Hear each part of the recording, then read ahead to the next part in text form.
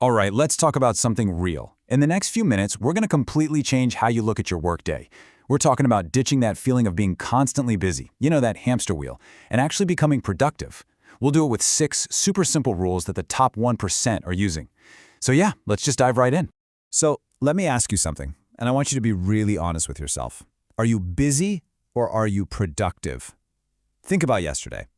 Were you just putting out fires, answering emails, jumping from one little thing to the next, and then at 5 p.m. you're just drained, but you can't point to one big thing you accomplished? Yeah, that's what I'm talking about. Because here's the truth, right? For most people, being busy feels like being productive. It's a total trap. We think if our calendar is packed, we must be doing something right. But real productivity, it's not about the sheer volume of stuff you do. It's about doing the right stuff, the stuff that actually moves the needle. And that is exactly what we are going to break down, step by step. Okay, so where do we even begin? It all starts with rule number 1, prioritize with impact. This is the big one. It's all about learning to see the difference between the tasks that are just noise and the few critical tasks that give you almost all of your results. And this chart?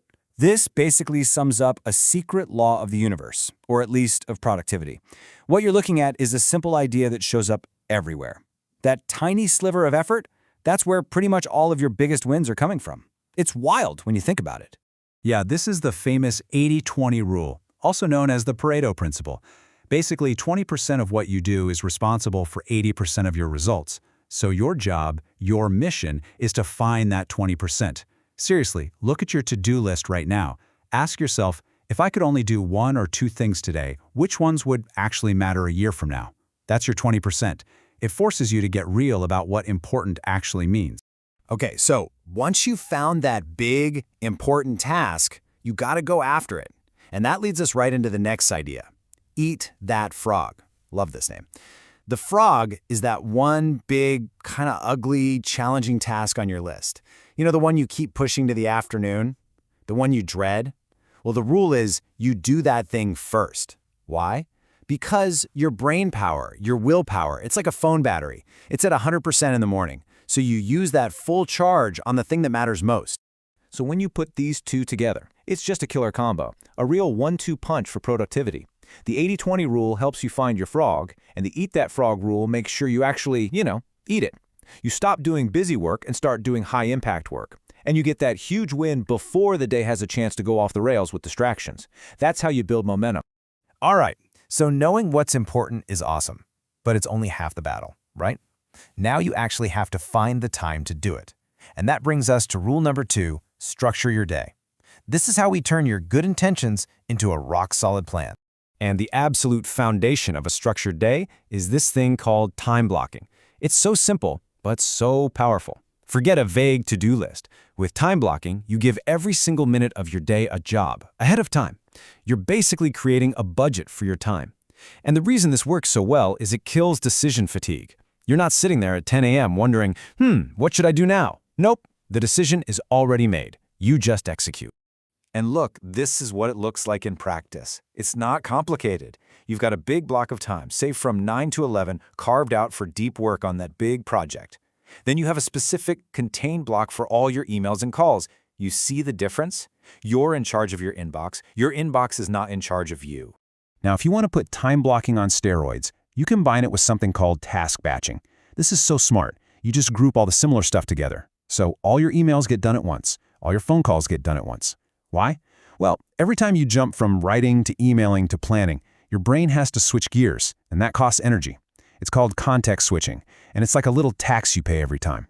Task batching just gets rid of that tax. You stay in the zone. So what's the end result of all this? You're not a firefighter anymore, just reacting to whatever pops up. You're an architect. You're designing your day. You're owning your schedule. And by doing that, you let your brain settle in and find that incredible flow state where you're just locked in and doing your best work. Okay, we're on a roll. You know what to do, you know when you're going to do it. Now for the final piece of the puzzle, actually doing it. Rule number 3 is all about how to execute with focus. This is about what happens in the moment, inside those time blocks, to make sure the work is deep and distraction-free. First up, a classic for a reason, the Pomodoro technique. It is brilliantly simple. You work, completely focused, for 25 minutes. Then you take a 5-minute break. That's it. It's genius because first, anyone can do anything for 25 minutes, right? It makes starting those huge tasks way less scary. And second, that 5-minute break isn't lazy, it's essential. It lets your brain breathe and reset, so you come back fresh for the next round. And I mean it. It is that simple. You pick one task. You set a timer. For those 25 minutes, you are a monk. No phone, no email, nothing. Then, ding, timer goes off. You get up, walk around, do whatever for 5 minutes. Then you go again. It creates this amazing rhythm for deep focus. Okay, now for the other side of things, all that little annoying stuff. This is where the 2-minute rule comes in, and trust me, this is a game changer. The rule is simple.